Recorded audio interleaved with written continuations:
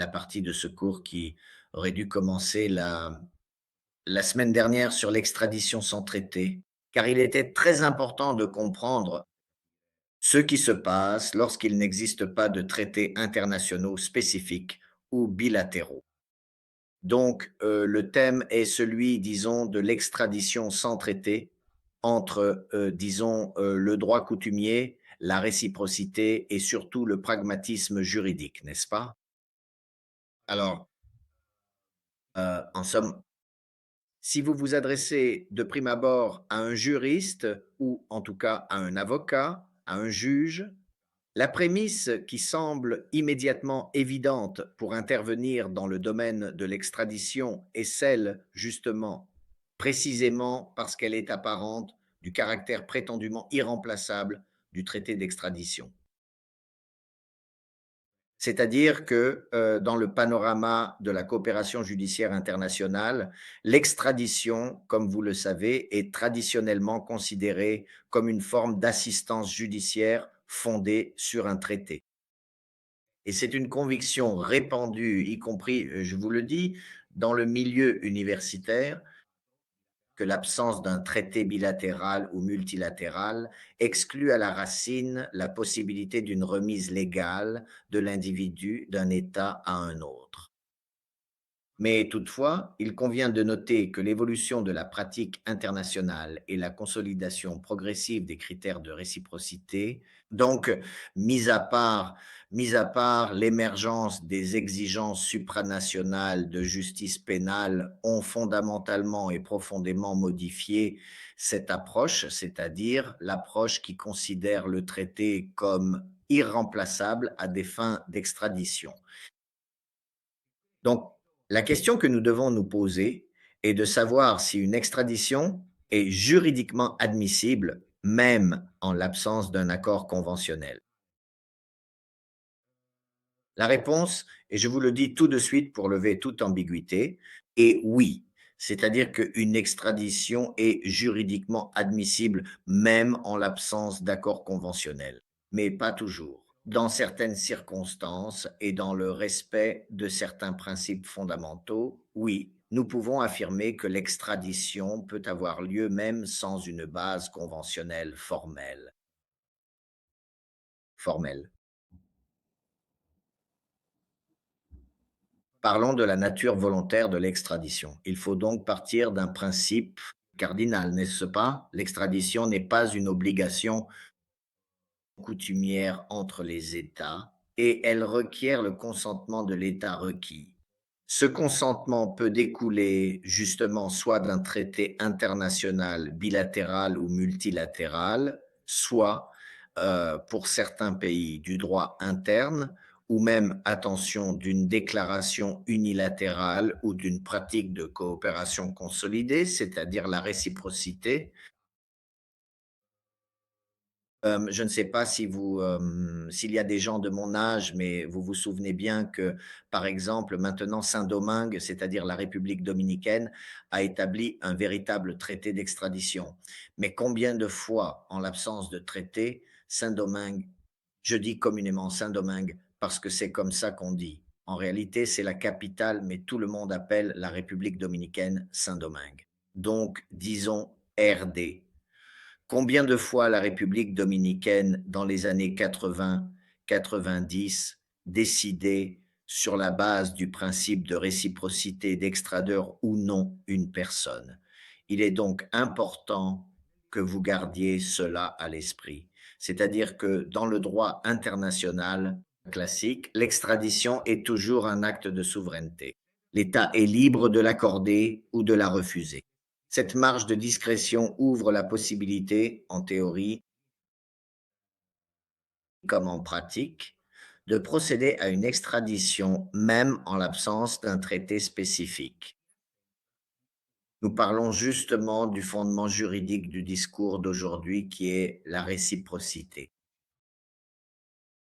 En doctrine, on parle de réciprocité formelle ou diplomatique, c'est-à-dire que dans de nombreux systèmes juridiques, y compris le système italien, et je vous invite d'ailleurs à consulter notre code de procédure pénale, si je ne me trompe pas, C'est l'article 697. La loi prévoit que l'extradition peut avoir lieu en vertu de la réciprocité, même en l'absence de traité. En quoi peut consister la réciprocité? En un engagement diplomatique réciproque entre les 2 États, donc un véritable accord diplomatique, heu, signé ad hoc, une note verbale échangée entre les autorités centrales et en tout premier lieu, en limine, en l'absence de toute forme expresse ou explicite, dans la réciprocité de fait, qui consiste en une coopération antérieure et préalable entre les parties concernées, dans des cas analogues ou identiques. Donc, souvenez-vous, engagement diplomatique, donc accord diplomatique ad hoc, note verbale entre, disons, les plus hautes autorités, et puis la réciprocité de fait. Donc attention, car la réciprocité de fait, bien que représentant, comment dire, la dernière et la plus basse, c'est-à-dire la moins importante, disons, des hypothèses, ouvre un scénario vraiment incroyable. C'est pourquoi il est important de jeter un œil à la jurisprudence italienne sur le thème de la réciprocité de fait. La Cour de cassation italienne, qui est la plus haute juridiction de l'ordre judiciaire en Italie, a clairement reconnu de manière explicite et sans ambiguïté la validité de l'extradition, même en l'absence d'un traité formel d'extradition entre les États concernés, pourvu qu'une pratique bilatérale ou multilatérale consolidée soit clairement vérifiable. Donc elle doit être vérifiable, il doit y avoir cette pratique vérifiable, bilatérale ou multilatérale. Cette pratique doit être consolidée. Vous voyez que nous nous approchons, n'est-ce pas, du concept de principe de source coutumière. En particulier, j'ai noté cet arrêt de cassation parce que je ne m'en souviendrai jamais, mais c'est l'un des fondements, l'un des piliers, c'est-à-dire l'arrêt numéro 32 178 de l'année 2019. C'est un arrêt de principe rendu par la sixième chambre de la Cour de cassation. Que nous dit la sixième chambre? Elle nous dit très clairement qu'en l'absence d'un traité bilatéral, l'extradition peut être accordée, et je lis ici textuellement, sur la base du principe de réciprocité, même présumé ou de fait, lorsqu'il n'existe pas d'obstacle d'ordre constitutionnel ou conventionnel. Donc la réciprocité, de facto, ne peut trouver d'obstacle que dans la limite, dans l'élément dirimant découlant d'un article fondamental de la Constitution ou d'autres conventions internationales qui, comme vous le savez, ont valeur de loi constitutionnelle de l'État dans le cadre de la hiérarchie des sources du droit italien. Ainsi, la réciprocité peut généralement être présumée, souvent sur la base de précédents, de pratiques diplomatiques ou même d'actes concluants. Le contrôle, évidemment, de tout cela incombe logiquement à la cour d'appel. C'est à la cour d'appel qu'il revient d'évaluer la recevabilité juridique et ensuite au ministre de la Justice. Il y a donc un second examen car c'est précisément au sein du ministère de la Justice que s'exerce ensuite la décision politique finale concernant l'extradition elle-même. Quel est donc le rôle du droit interne lorsque la loi nationale le permet? De nombreux systèmes juridiques autorisent l'extradition sans base conventionnelle, donc ils l'autorisent si le droit interne le permet et s'il n'existe pas de cause dirimante, comme par exemple la peine de mort, les délits politiques, la torture, la nationalité de l'étranger et ainsi de suite. En Italie, l'article 697 prévoit la possibilité d'accorder l'extradition même en l'absence de convention s'il existe une garantie de réciprocité. Dans d'autres pays comme les États-Unis d'Amérique, le département de la justice a la possibilité d'évaluer, parfois au cas par cas, même en dehors des traités.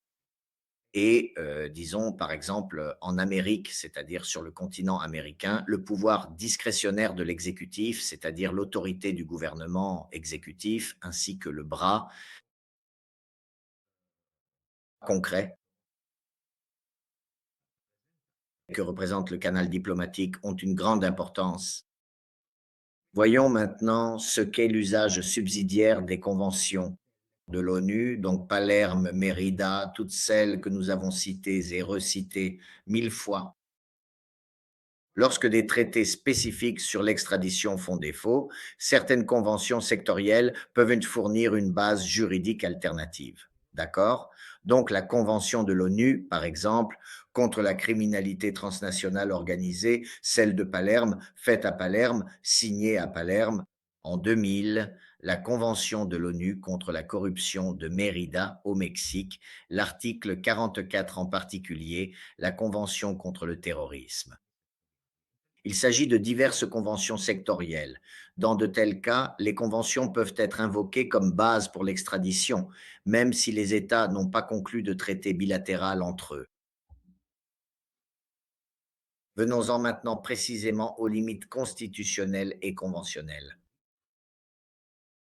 Naturellement, l'extradition sans traité n'est pas, on peut dire qu'elle n'est ni automatique ni illimitée, mais elle doit respecter les droits fondamentaux de la personne, les principes de la CEDH, en particulier l'article 3 sur la torture, l'article 6 sur le procès équitable et l'article 8 sur la vie privée, etc., du citoyen ou même de l'individu. Euh, Naturellement, les principes constitutionnels entrent en jeu, par exemple en Italie, l'article 26 qui interdit l'extradition pour les délits politiques, sauf obligation internationale. Nous en avions parlé, je crois, lors de la première ou de la deuxième leçon, et le principe de spécialité revêt également une force considérable, c'est-à-dire l'interdiction pour l'État requérant de juger pour des délits différents de ceux mentionnés dans la demande d'extradition ou le mandat d'Interpol. Donc, le principe de spécialité doit toujours être garanti, même sans traité, par respect du principe justement de l'égalité. Vous comprenez donc que, en effet, le pouvoir de fonder une extradition sur divers éléments étant si large et étendu,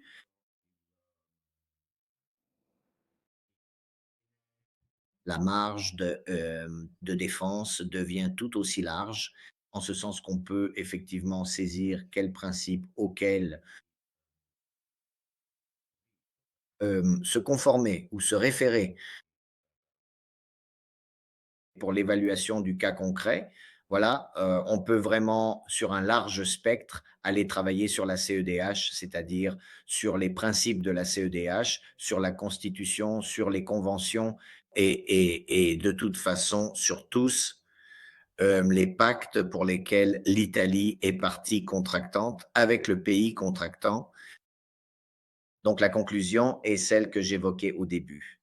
L'extradition est possible même sans traité.